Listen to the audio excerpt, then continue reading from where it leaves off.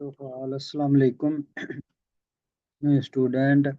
आज हम लोग बेटा डिस्कस करेंगे डिफरेंट टीचिंग मेथड्स जो होते हैं ना, उनके बारे में बेटा आज हम लोग डिस्कस करेंगे।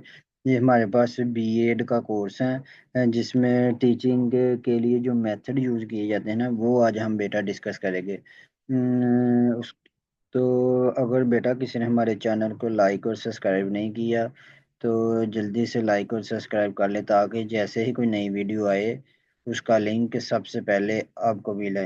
तो बिना बेटा टाइम ज़ाया किए हम आज का अपना लेक्चर शुरू करते हैं। इसको आप लोगों ने ध्यान से सुनना भी है और वीडियो को एंड तक देखना है, ताकि आपके कंसेप्ट क्लियर हो सके। तो बेटा, हम जो फर्स्ट मेथड है वो है हमारे पास डिमॉन्स्ट्रेशन मेथड। डिमॉन्स्ट्रेशन का मतलब होता है बेटा शो करवाना, प्रैक्टिकली किसी चीज़ को शो करवाना। थ्योरी के साथ साथ प्रैक्टिकल भी शो करवाना, उसे हम कहते हैं डिमॉन्स्ट्रेशन। के प्रैक्टिकल शो करवाना, दिस मेथड को शोविंग, शो करवाना हो समथिंग वर्क, के कोई चीज़ कैसे वर्क करती है प्रैक्टिकली, थ्रू प्रैक्टिकल डिमॉन्स्ट्रेशन, कि हम लोगों ने प्रैक्टिकल उसकी डिमॉन्स्ट्रेशन करवानी है। तो फिर उसे हम मेथड को कहेंगे डिमॉन्स्ट्रेशन। कोई काम हम समझा रहे हैं तो उसे प्रैक्टिकली शो करवा के भी दिखाना है, ठीक है। डिमॉन्स्ट्रेशन का मतलब होता है दिखाना, मुजाहरा कराना, किसी चीज़ को वाज़िया करना, ठीक है ना, प्रैक्टिकली। तो उसे हम कहते हैं डिमॉन्स्ट्रेशन। इट इज़ इफेक्टिव, इसका फ़ायदा इफेक्टिव मोस्टर होती है। फॉर साइंस में भी इसका इस्तेमाल होता है डिमॉन्स्ट्रेशन मेथड, आर्ट्स में भी होता है, टेक्निकल सब्जेक्ट में भी इसका इस्तेमाल होता है। ये इफेक्टिव होते हैं।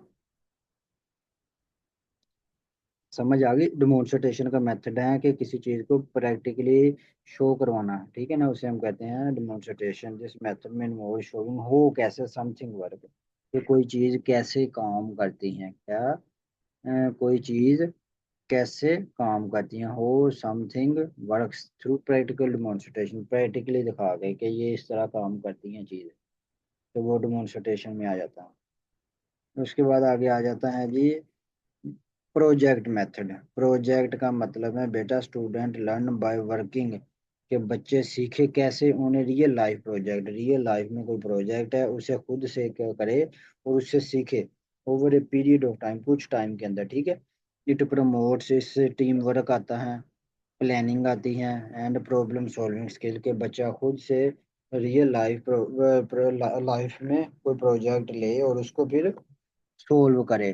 तो वो आ जाता है जी प्रोजेक्ट मेथड, कि कोई प्रोजेक्ट ले फिर उसे रियल लाइफ जिंदगी में इसे कंप्लीट करे खुद से। इसे टीम वर्क आता है, मिलजुल कर काम करना आता है, प्लानिंग करनी आती है, एंड प्रॉब्लम सॉल्विंग स्किल, के प्रॉब्लम को सोल्व करने की स्किल्स आती हैं इससे, जब हम खुद से कोई काम करते हैं प्रोजेक्ट ले। तो आगे आता है discovery method. Students are encouraged to,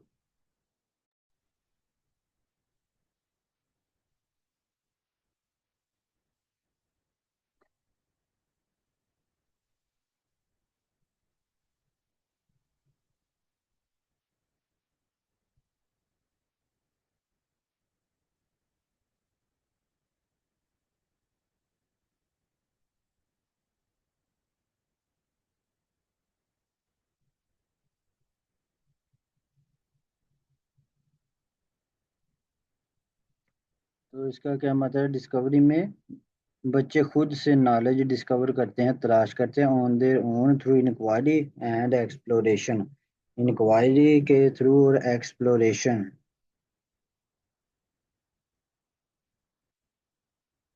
inquiry आती हैं, गहरी सोच, and exploration it enhances curiosity and deep understanding. इससे क्या आता है, क्यूरियोसिटी आती है, तजस्सुस, एंड डीप अंडरस्टैंडिंग, और डीप मतलब अच्छे तरीके से चीज़ की समझ आ जाती है, अंडरस्टैंड समझ पैदा होती हैं, अच्छे तरीके से समझ पैदा होती हैं। It enhances curiosity and deep understanding. Students are encourage, जिसमें क्या स्टूडेंट को इनकरेज किया जाता है टू डिस्कवर नॉलेज, के नॉलेज को डिस्कवर करें on their own through inquiry, and exploration की अपनी इंक्वायरी और एक्सप्लोरेशन की बेस पर क्या करे, नॉलेज गेन करे, ठीक है, डिस्कवर करे। तो इससे क्यूरियोसिटी और डीप अंडरस्टैंडिंग मसले सबसे अच्छी तरह से हमारा कंसेप्ट क्लियर हो जाता है।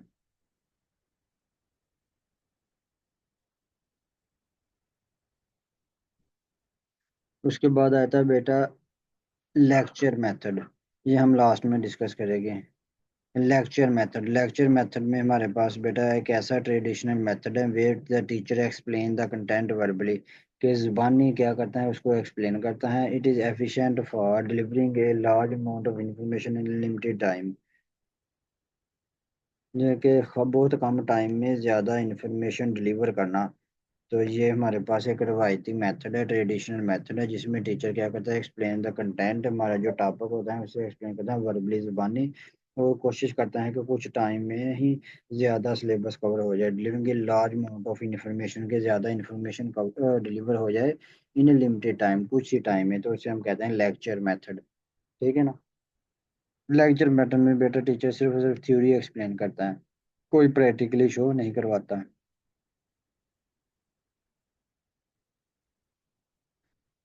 उसके बाद आता है सिंथेटिक मेथड। सिंथेटिक मेथड बेटा हमारे पास होता है इन्वॉल्व्स कंबाइनिंग नॉन फैक्ट्स और elements to form a new whole और अंडरस्टैंडिंग, कि इस तरीके में तलबा पहले से मौजूद मालूमात या अज्जा को मिलाकर एक नया मफहूम या मुकम्मल सवर बनाते हैं। कि सिंथेटिक मेथड में क्या है, कि पहले से इन्वॉल्व कंबाइनिंग नोन, पहले से जो हमें पता है फैक्ट्स और elements, to form a new, उन्हीं से एक नए रूल और अंडरस्टैंडिंग, उसी से एक कोई नई चीज़ बना देते हैं। It move from known to unknown, कि हमें चीज़ का पता होता है उसी से हमें एक नई चीज़ निकाल देते हैं unknown. And part to whole, it is often used in subject like mathematics, grammar में हम इसका यूज़ करते हैं। इस तरीके में बेटा क्या होता है कि तलबा पहले से जो मौजूदा मालूमात है या अज्जा है को मिलाकर एक नया मफहूम या मुकम्मल सवर बना देते हैं। उस ये तरीका मरूफ से नामरूफ की तरफ, मीन्स नॉन से अननोन की तरफ, और हिस्सों से मुकम्मल, एंड पार्ट्स और हिस्सों से फिर मुकम्मल की तरफ जाता है। It is often used in subject में इसका इस्तेमाल होता है मैथमेटिक्स एंड ग्रामर, के पहले से जो मौजूदा नॉलेज होता है उसी को से आगे न्यू नॉलेज बना देते हैं जो अंडरस्टैंडेबल हो। कौन जी स्टूडेंट, तो उसे हम कहते हैं वो टीचर्स, तो वो मेथड होता है सिंथेटिक मेथड। एग्जाम्पल्स आगे हमारे पास मैथ है, giving part of an equation and guiding student to build the complete formula, कि हम क्या करते हैं जी, पार्ट्स ऑफ क्वेश्चन दे देते हैं और गाइड करते हैं जी स्टूडेंट को to build the complete formula, पे कंप्लीट फार्मूला डेवलप करे। तो ये है जी पहले से मौजूद डेटा लेकर उससे कोई नई चीज़ बना देना। Discussion method. डिस्कशन मेथड में बेटा होता है कि स्टूडेंट और टीचर एक्टिवली के मिलकर टॉक करते हैं अबाउट ए टॉपिक, कंटेंट के बारे में एक्सचेंज आइडियाज एक्सचेंज करते हैं, and reach a conclusion through mutual communication, के एक दूसरे से जो म्यूचुअली कम्युनिकेट करते हैं और फिर रीच करते हैं कोई कंक्लूजन जब उनकी डिस्कशन होती है उसमें टॉपिक के बारे में एक्सचेंज आइडियाज करके, ठीक है ना। इट प्रोमोट्स, इससे आती है क्रिटिकल थिंकिंग एंड पार्टिसिपेशन, के क्रिटिकली इंसान सोचता है और एक पार्टिसिपेट करने का जज्बा भी ज़्यादा होता है। ये डिस्कशन मेथड की टाइप्स होती हैं, फॉर्मल डिस्कशन भी हो सकती हैं, इनफॉर्मल भी हो सकती हैं, प्लान और ग्रुप डिस्कशन भी हो सकती हैं। इस तरफ इस डिस्कशन की example, the importance of lab work in science, कि जो लैब वर्क हम करते हैं जी साइंस के अंदर, उसमें जो डिस्कशन करते हैं एक दूसरे के साथ, वो डिस्कशन मेथड है। And letting student share opinion, तो स्टूडेंट अपने शेयर ओपिनियन करते हैं, शेयर ओपिनियन, अपने ओपिनियन शेयर करते हैं। तो ये है बेटा हमारे पास डिस्कशन मेथड। अगर किसी चीज़ की समझ नहीं आई तो कमेंट बॉक्स में लाजमी पूछना है। Thank you.